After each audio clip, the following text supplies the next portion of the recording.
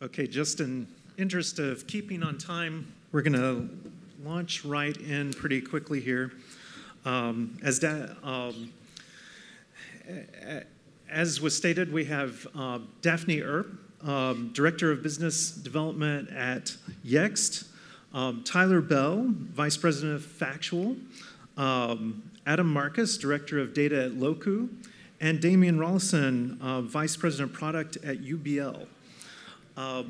Why don't each of you, we'll just go right down the line here, and why don't each of you tell how your company fits into local businesses maintaining their online listings?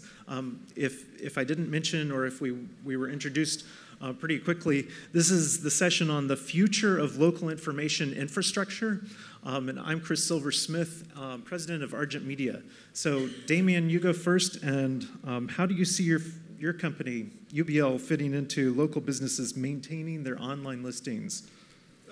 Thanks, Chris. So UBL, Universal Business Listing, was founded in 2007 at a time when it was becoming clear, I think as we saw in Aaron's presentation this morning, that something new was emerging and taking over in online search. There had been online directories for a number of years, but with Google's emergence into Maps, it was becoming the case that that consumers were going to be using online search in favor of other methods, in favor of print.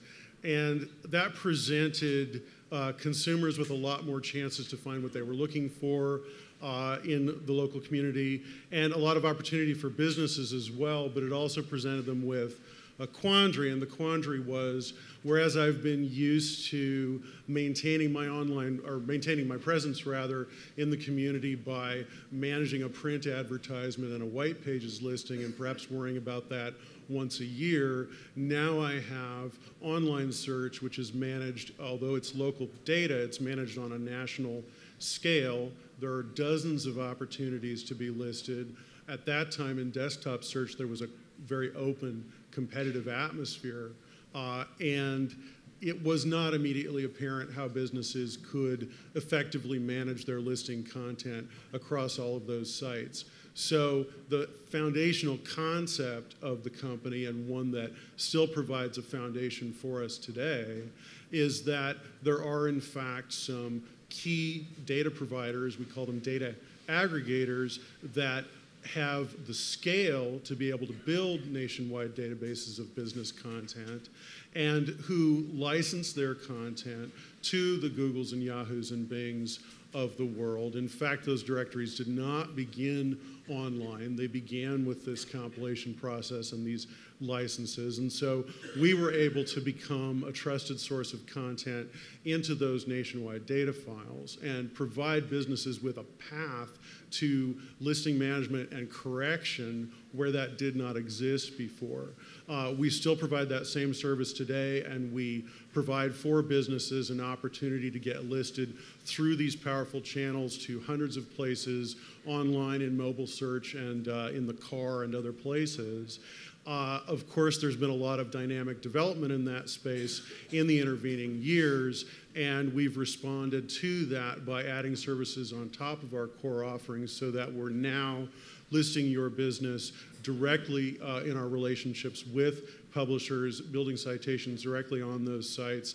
And a big move for us in the last year or two was to begin to manage your owner-verified listings, principally on Google Plus Local, used to be Google Places and so on, but also Yahoo, Bing, Facebook, and other sites where it's important to have a presence which is claimed and verified by the business owner. And we help to manage that for businesses so that we're creating the most complete and cohesive online presence for the business that we can. Okay, thanks. Adam? Yeah, so Loku's goal is to connect local merchants with consumers, and essentially we do this through two products. The first is Loku.com, and that's the merchant-facing side of Loku. So this is where local merchants, restaurants, spas, salons, gyms, these kinds of places go to manage their presence on the web, and they have access to edit things like their price lists, their business listings, add pictures to their menus, and then edit their brand and their style. So everything from having templates that represent who they are to being able to edit templates in a Tumblr-style way. And finally, one click, and they publish their content and their brand to all of our data partners, to their website, to their Facebook page, to Twitter, and sort of this one unified place on the web. The second product is the Loku API, and this is how our data partners can actually get this really fresh content. The partners that we have, some of the larger partners, we launched a few months ago with OpenTable. So we provide menu data to OpenTable. Just today, actually, we're really excited to announce that both TripAdvisor and CitySearch are using us to provide price list and menu information to their visitors. And then we have a bunch of really interesting long-tail users as well. So, really innovative publications like Time Out and City Voter, as well as innovative startups. So there's a Siri on Android competitor called Maluba that's using us to power their price list and listing information and search. So essentially, those are the two things, right? We have a technology stack that can help us acquire content and provide it to our data partners. And when we have merchants edit their content, we've had about 10,000 merchants sign up for Loku through Loku.com in the past 3 months since we've launched. We provide that data fresh and ready and updated across the web to all of our data partners immediately. The other acquisition channel is sort of a deep technology stack. So we crawl the web, find anything that looks like a restaurant's menu, a yoga studio's service list, extract the content from it using machine learning and crowdsourcing, and get the data to our data partners as quickly as it's updated on the web, regardless of whether the merchant works directly with us through Loku.com or whether they manage their presence elsewhere on the web. Okay, thanks. Daphne? Sure. So Yext launched a product called Power Listings 2 years ago. And somewhat similar to Loku, there's two components. One is actually getting the data into our system. And unlike actually, I guess, at least these two gentlemen, we don't do any data aggregation. So all the data that we end up sending out across our network to our publisher sites is data that's come first party from a business customer of Yext. And so we serve both small business customers and enterprise customers. And so we build tools such as our mobile app, which allows them to easily digitize their location information. So you snap a picture of your storefront, you're on the go, you whip out our mobile phone and update your special offer. You're able to easily translate that into a digital form and then put it out across our network. Our network happens through partnerships. So we're partnered with companies such as Foursquare, Patch, Yelp, Topics, CitySearch. And we're partnered with them such that we can update that data in real time. And so we can guarantee, one, to our clients that they're listed, that the where is answered, and that they actually are showing up in local search. But then we also have stuff like menu information, staff bios, hours of operation, which they can also add through our system and be guaranteed to show on their listings. Okay, thanks. Tyler. Right. Hi, everyone. My name is Tyler Bell. I'm from a company called Factual. Factual is a local data platform. We operate worldwide, so we have about 63 million places, local businesses and landmarks in 50 countries. Unlike a lot of the folks in this room, we are a pure data play. We don't have an SMB-facing product. We don't have a consumer-facing product. Generally, the belief that we have is that the job of managing local data and getting it right nationally, let alone internationally, is bigger than any one company. Like, I don't care if you're Google, don't care who you are. Factual says that no one company can do it, including ourselves. And so we're geared up to basically act as stewards of the data. So we take contributions of data from everyone, from the people at this table, other people in the audience. We pull data down using the usual online systems that you've heard about. We aggregate it, normalize, dedupe it, merge and purge, and then spit it back out to all of our data partners. So our goal there really is to the ethos that we have, the proposition that we have is for engineering organizations, app developers, anyone who works with and demands local data in their business.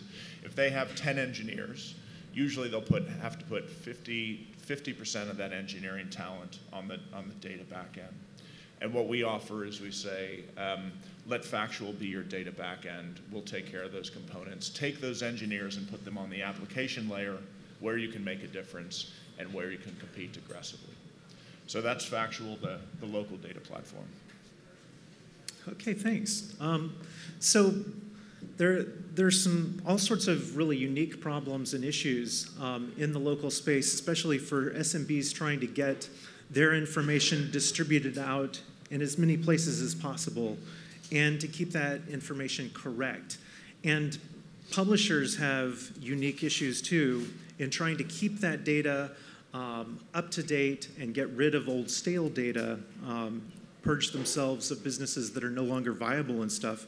So maybe let's go right around the table and see what's the best way, do you think, that SMBs can reach customers across multiple platforms, and what are ways that you can help them keep their data fresh and accurate? So Damian, go. Yeah, okay, so first of all, I just want to underline something that Daphne and Tyler both mentioned, which UBL thinks is extremely important as well, which is that this ecosystem is complex enough that the job that we try to do, our overarching goal, which is really to serve the needs of the business community and improve the content generally that consumers consume, can't really be accomplished without effective partnerships. So we do our best to be a kind of Switzerland in the ecosystem, a neutral party that works with as many of the important players as possible. And we're happy to be partners with Yext and happy to offer the Power Listings platform to those among our customers for whom that's an ideal fit, and have been very happy to submit our content to Factual as well, which is really emerging as sort of a next generation of what it means to be a data aggregator in the space, and would be happy to feed data to Loku as well. So we're very open to that. And what has emerged just because of the complexity of the space is that we feel a multifaceted approach is the most effective way for businesses to manage their content. And I think through the proxy of companies like ours, it makes a lot more sense to be able to do that just because it is so complex. So there's about 4 different components of what we do. As I mentioned before, we have the path of distribution through data aggregators, provides a broad foundation for listing your business. It takes a while for that to take effect just because of the compilation and publication cycles of those aggregators and then the companies who license data from them. So it's a broad base, it's a slow growth type of a technique. Along with that, we've built direct relationships with publishers where we're able to feed content directly to them and see a more immediate effect from that. So we're partnering with companies like Local.com, Mojo Pages, Judy's Book, and others to create and build citations on highly ranked sites that in turn act as votes in favor of the business in the eyes of Google and other search engines who are looking for evidence that the business information that they find online is correct and relevant enough to then serve it up in search results.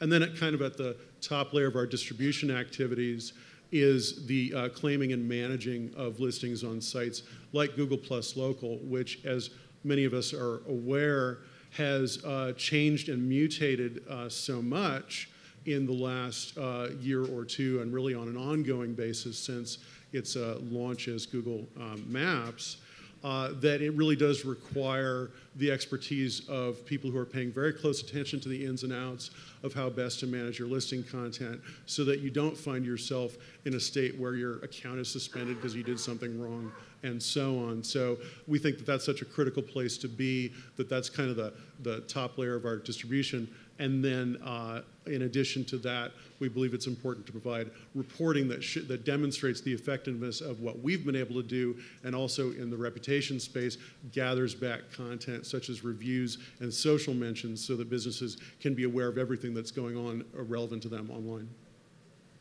Thanks. So Adam. Sure.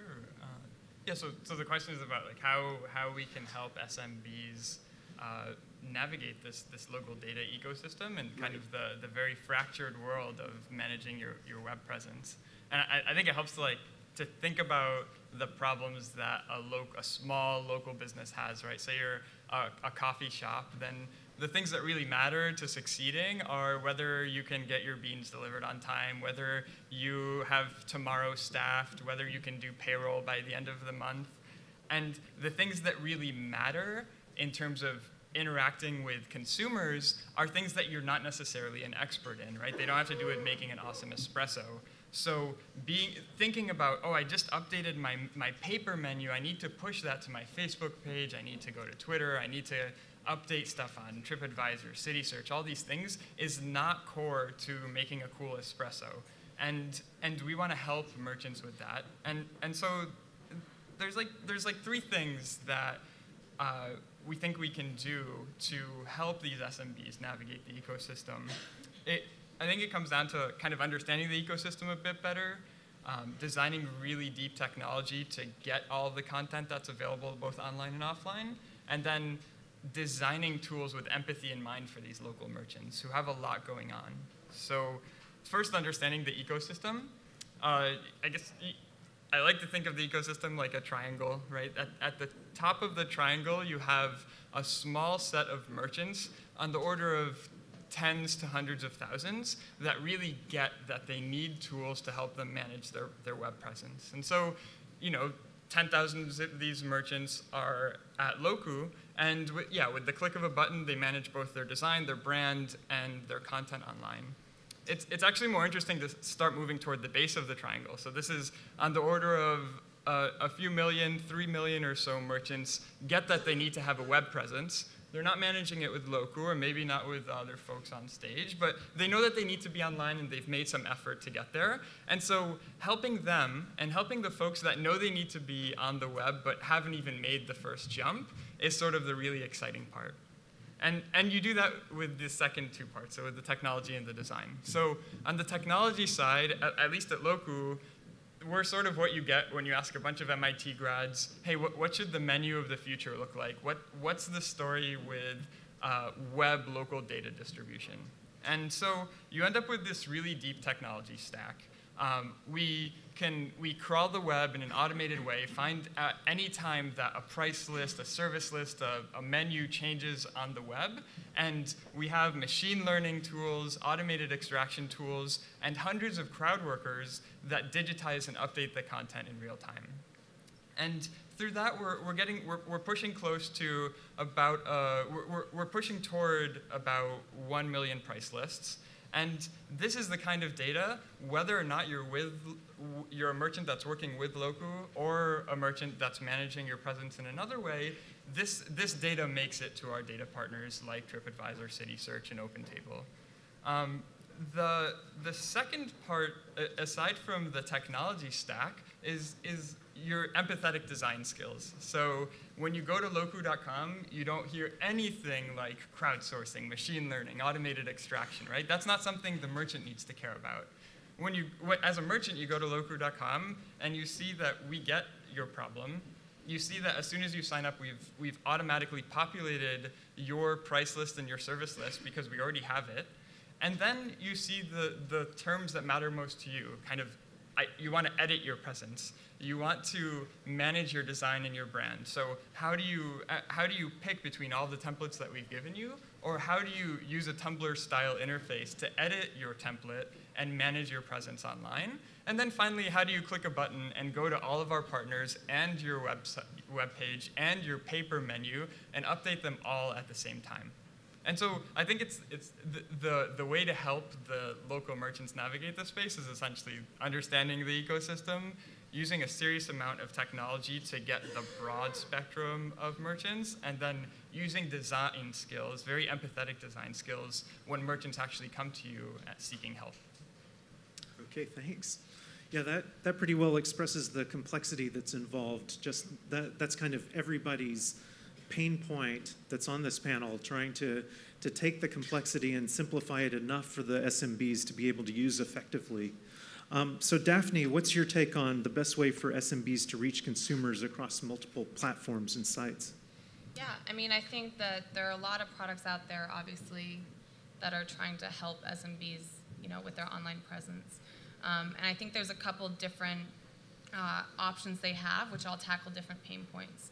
And so, the first one is obviously a free option, which is to go, claim their Google Plus listing, claim their Yelp listing, claim their City Search listing. And what that offers to them is, one, the guarantee that the information they give City Search, that they give Yelp, that they give Google will be used. And it usually offers a fair level of depth. So they can probably, upload their hours of operation, upload photos, upload logos, and all that, and it'll show. What it hasn't fully tackled is actually a latency issue, which is where even if you go directly to your Google Plus account and you update a piece of information, it can take like up to 2 weeks to update. And latency is something that Yext last year with our launch of Yext Turbo, or Power Listings Turbo, made a big deal about, which is that when you update something in the Yext platform, it updates in real time across our network. And a good example of why something like that would be particularly important, actually, I saw on the flip side as a consumer during Hurricane Sandy. So a lot of us here, New Yorkers, I live on 17th and Park, and I wanted to know what local businesses in my area were open during that week. And the only way to get that piece of information into the hands of a consumer who is pulling up Foursquare on their mobile app or pulling up Yelp is directly from the business. There's no way that you're going to scrape that information. I mean, don't say no way, but there's, the chances are low that you're going to be able to scrape that information from the web through a third party. It has to go directly from the business to the consumer. And so latency is important. And then, of course, there's reach. And so if you're going directly to your Google Claims account, your Yelp Claims account, you're not going to be able to instantly change your hours of operation easily across all your online listings. And so finding a solution that actually creates this network effect, creates this kind of one-stop shop that allows you to immediately update it everywhere is important. And so between those various, between the reach that the solution offers you, the guarantee that it offers you, which is incredibly important, and then, the depth of the data you can provide and the latency with which it updates, those are 4 goals that we try to tackle, through Yext Power Listings. Obviously, I think our solution's the best. Okay, thanks. So Tyler, what's your take on what's the best way for SMBs to reach consumers across multiple platforms? So there's this really bizarre Isaac Asimov short story, and I can't recall the title of it, but basically it describes these supernatural entities, and their goal is to improve the life of an individual. But they keep score with each other. It's a game to them. And they get more points with the greater the impact, which is also directly non-proportional to the change that they made. And the winning creature who sort of wins the game is basically he switches around 2 letters in a fellow's name when he's 10. And the resultant facts end up that he becomes president of the United States. And the reason I'm introducing this totally odd, sort of oddball story is because it's absolutely not unlike the local space, which is really what you want to be able to do is either as a service to provide an SMB, a merchant, or anyone who owns or manages a brand, is you want them to have minimum impact. Press one button, and then you as a system designer want to say, well, having pressed that one button at this particular time in this particular place, all these wonderful things happen. And all those wonderful things are basically that information, correct information, gets in front of the consumer in a very timely manner. Now, the thing that is so often overlooked in our space is that we bring great joy to everybody because it's one of the few areas that I can think of where data collection and redistribution is in everybody's best interest. It makes the consumer happy because they can find what they're looking for. It makes the SMB happy because they get the consumers coming in, and it gets the advertisers happy because they can get the information out and get it located at the right place at the right time. So I would challenge you, and I've thought about this for a grand total of 2 minutes, so you'll probably find one, but I would challenge you to think of another sector where that kind of data collection and that kind of data distribution helps the world.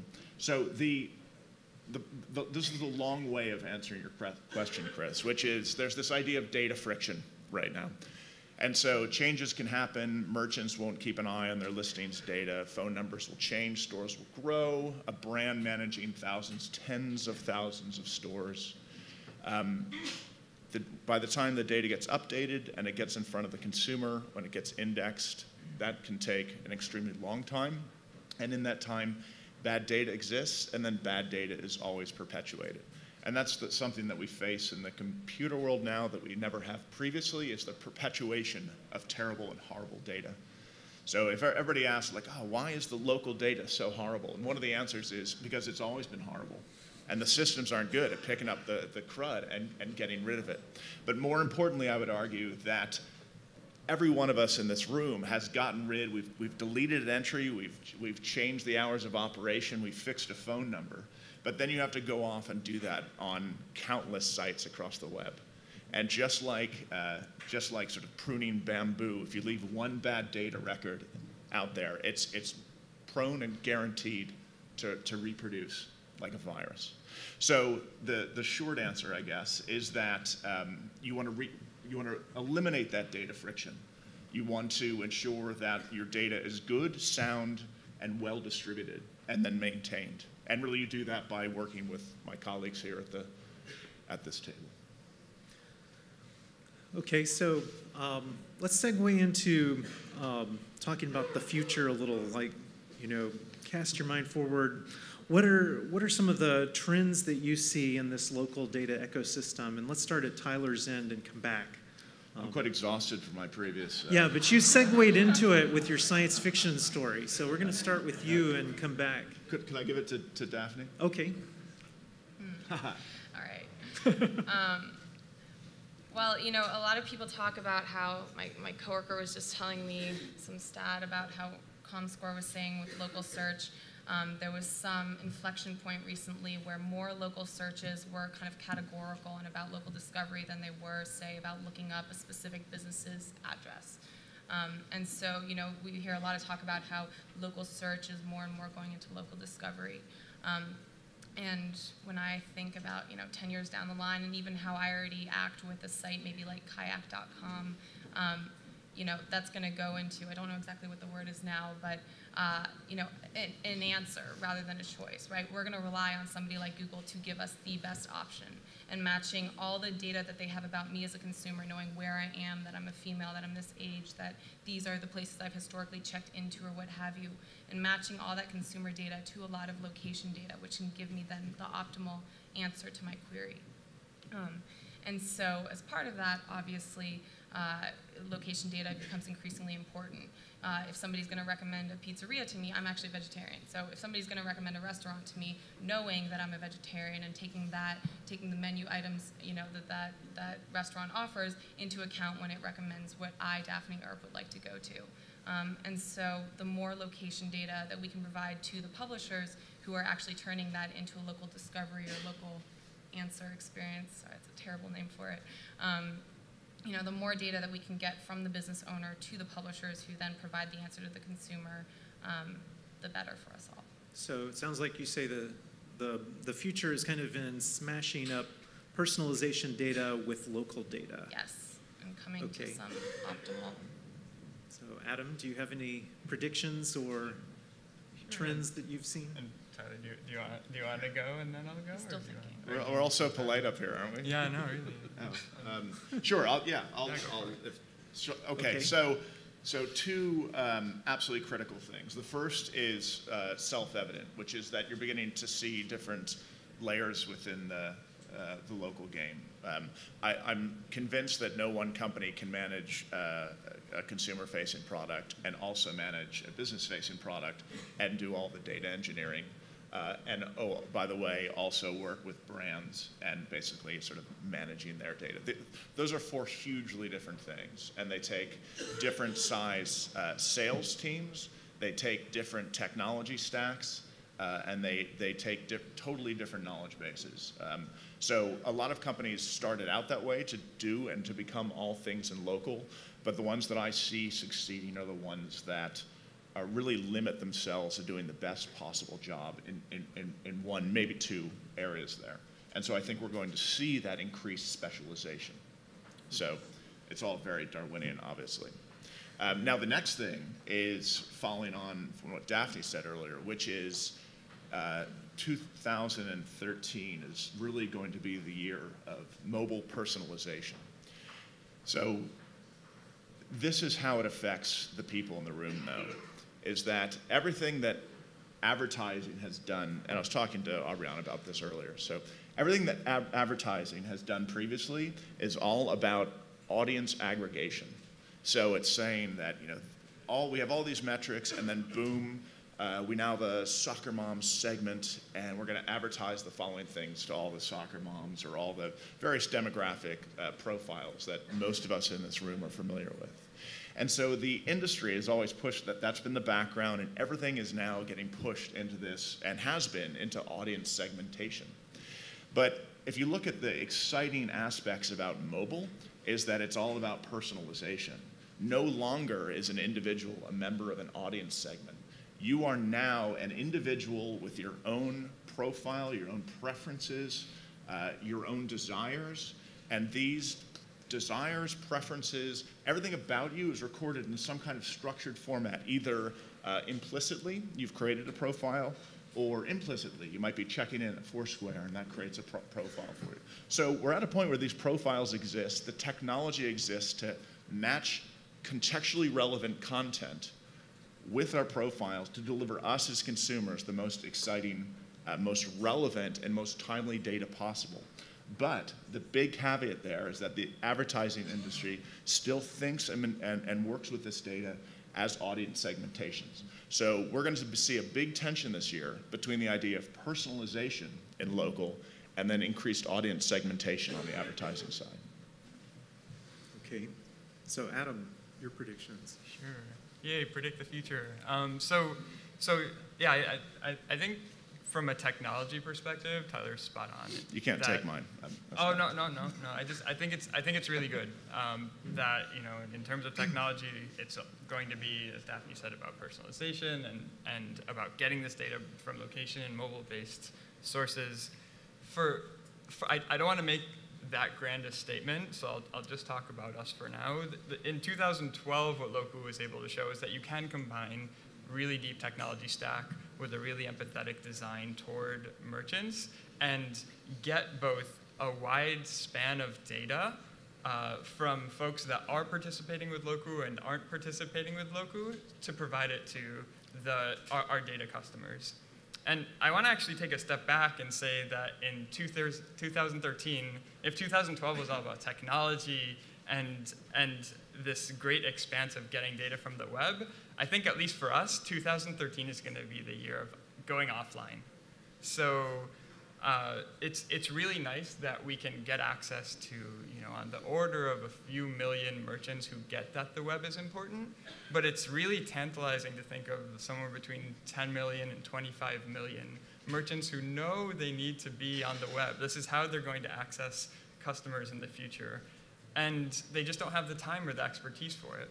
And so toward the end of 2012, at least what we've been building is tools that kind of parallel our technology stack for crawling the online world into those that crawl the offline world. And so what this means is building both automated and crowdsourced technologies that will call up a merchant who doesn't have a web presence yet and get information about what services and products and food items, if it's a restaurant, they provide, get their updated business listings, and then digitize it. And similarly, if we can't reach them by phone, there's other ways to get crowdsourced information from their physical storefront and digitize it.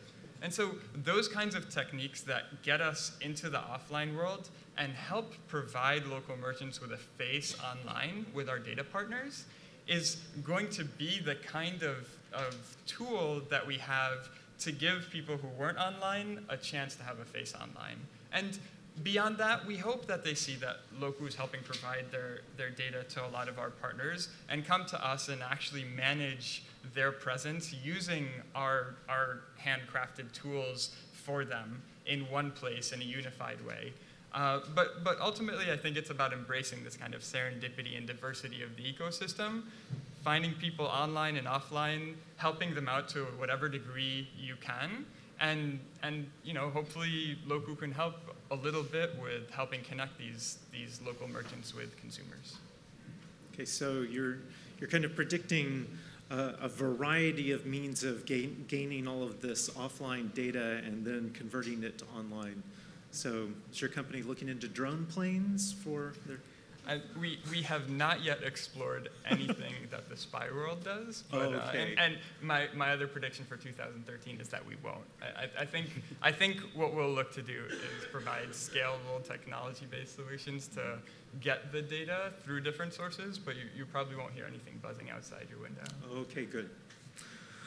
Damian, so what are your predictions for this local ecosystem? Yeah, well, I mean, lots of good thoughts on the stage already, and it's an exciting space, so I'm sure many of these things will happen simultaneously. I guess, so I've been writing a column for Street Fight, a weekly column for about 6 months, and it's given me, I've been real fortunate to do that. It's given me an opportunity to think through some of these things and kind of see where current trends might be leading us in the future. And one of the things certainly to observe is that as of Q3 2012, there are now more local searches performed at Google Maps on the mobile device than on the desktop. That's probably a key moment in our history where it is now a certified fact that many local searches, maybe not every type of search, but the larger volume of local searches are in fact taking place on mobile.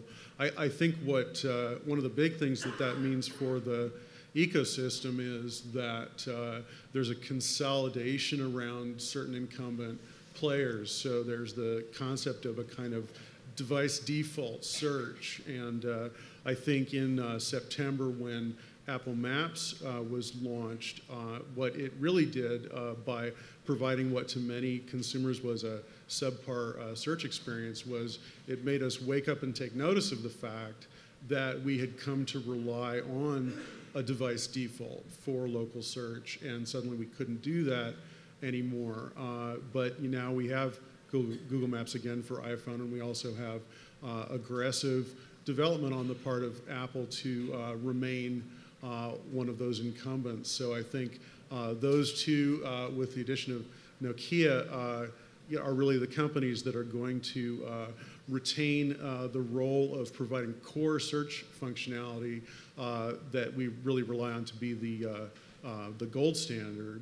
And it's going to be hard to compete with them because of their resources. On the other end of the spectrum, I think in the last year we've seen some very aggressive moves on Google's part to improve the quality and relevancy of search results through its Panda and Penguin updates and ongoing activities related to that. I think we're going to see at the other end of the local search spectrum that directories who might have been doing pretty well over the past few years by republishing business listing content and using that to drive search results and feed advertising without offering a lot of additional value, that those sites may begin to drop off and out of our view. But in the middle, we've got, I think, a viable and very dynamic space where the most activity is going to be happening, and that calls back to what Tyler was saying about specialization. So these niche services like City Maps, like Foursquare, like Loku are going to be able to provide specialized data and specialized consumer experiences that the bigger guys may not be paying attention to. And one thing I've been thinking about this week in particular, since we just had CES last week in Las Vegas, is that we keep hearing about how every appliance and every device that plugs into a wall is going to become smart. And it keeps sort of not happening, but it seems like price is going to eventually come down, services are going to eventually get better, and that really will occur at some point. And there's going to be kind of a fragmentation, even increasing fragmentation in the landscape when lots of new platforms will emerge. But that's only going to create more opportunity for those exact same niche players who will need to create local search experiences that work well for your refrigerator and your washing machine, and that's only going to create more of that type of opportunity in the future. Okay, very good. We're out of time, but if you have any questions for our panelists, I hope you grab them after this session or later this afternoon. Please give them a hand.